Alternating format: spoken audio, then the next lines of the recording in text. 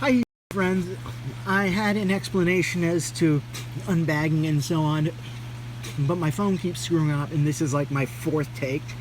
So I'm going to skip the whole introduction about my attempt at unbagging and different parts of it and so on, and just get right to things. This, you may have no idea what it is. The only recognizable thing is that it makes a nice pattern. Now this is an Ankylosaur scute, which is another word for plate. I couldn't tell you where it's from on it. It could be from the neck or around the tail. I did a lot of visual research and I had a hard time finding pictures of entire skeletons and the scutes of all the areas. So it could just be for lack of finding the right materials. But the thing that this seems to fit the most from what I could find is actually right between the eyes, the forehead. This would be the centerpiece, which would be absolutely awesome. I would adore that being the case. I'm going to assume that that's a good chance of what it is, but I'm not going to assume that's what it is, because it could just be an area where there are smaller scutes, like around the neck or somewhere around the tail.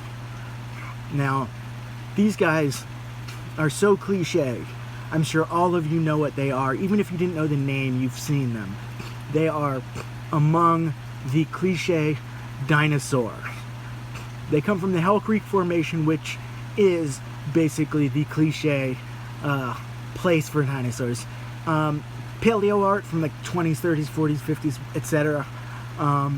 The standard of expressing dinosaurs was a picture of like a swamp or some palm trees or a volcano, and then it had maybe sauropods, Tyrannosaurus, Triceratops, Ankylosaur, and then some like hadrosaurs like Parasaurolophus, things like that. That was the standard. That is the standard for the Mesozoic for quite a long period of time.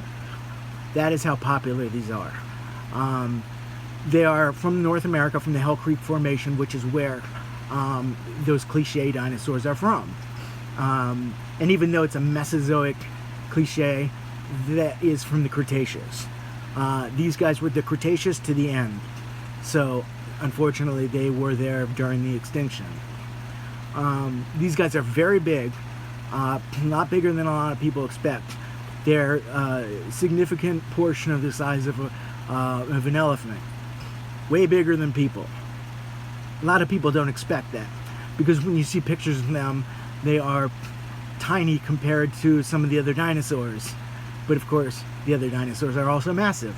So it's hard to get an idea without seeing something comparative to what we know, like a car, an elephant, a person. Now, of course, everybody knows about the clubs on these guys. What's very crazy is that, and I don't know if it's all one species or just subspecies, or they might even be different species, but there is quite the variation of looking clubs. Some have one bulb, some have two, some have three, some are skinny, some have spikes coming down to the end. It's just quite the menagerie of clubs. They are related to nodosaurs, which have a very similar thing. They don't have the clubs at the end, but they did have tails which had large spikes, so they were very, very well defended. And they used their tails in the same way. There was, very recently, in the past number of years, a close relative of Ankylosaurs whose tail did not end in a spike, but it had little kind of similar to this shape, but razory, kind of, not razor sharp, but very sharp, that they would use to slash, and it's called the chainsaw, which is very, very cool. And that just gives you an idea of what other varieties are out there that we just don't know. There could be so many varieties of types of tail weapons. It's impossible to say until we find these animals, which most of them we never will. this chainsaw, which actually really resembles an Aztec war club, coming out of nowhere, just shows how different these things are, and we can cross our fingers that we'll find more and more and more awesome ones. Who knows, some might have hooks, some might have thagomizers, which is what you call the stegosaurus, tail spikes. I mean, who knows? Who knows, really? It's for us to find out, and we probably won't find out more than maybe one or two more if we're lucky. Now, like I said, this may be kind of right between the eyes, a skull piece, which is perfect for me because I love definitive pieces that come from very cool spots, and that having the front and center scute of an Ankylosaur, that is a nice display. Very cool, very happy about it. Now, the reason I'm pretty sure it's not just from a smaller one is because of how thick it is. If this was just from a small individual, this would be much thinner of a bone. These also had ridges. Most of the body, the scutes had ridges on the top, which is how I'm able to count out a lot of other ones, including the smaller ones by the neck and the tail. So that's another way that I am, another little bit of evidence toward this possibly being on the skull. Now, the other piece I have is not too impressive looking. It just goes along with this.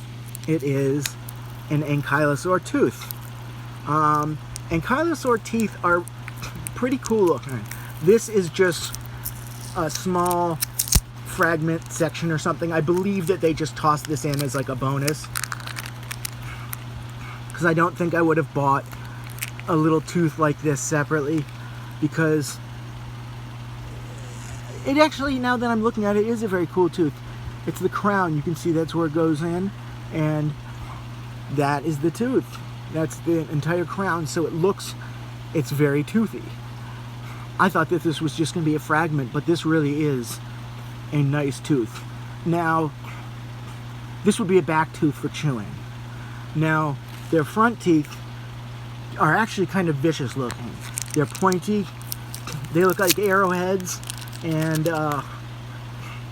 they have quite large serrations on them, and that is for stripping leaves and bark off of stuff. It's not for meat eating like at first when you look at it you think it must be like a shark tooth or something crazy like that.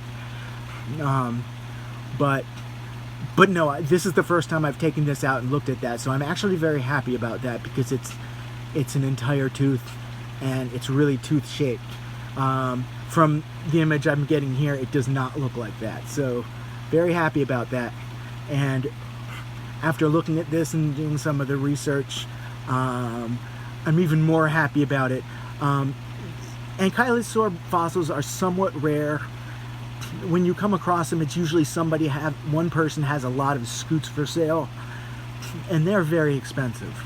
I jumped on this one because it was much cheaper than the others because it's so small.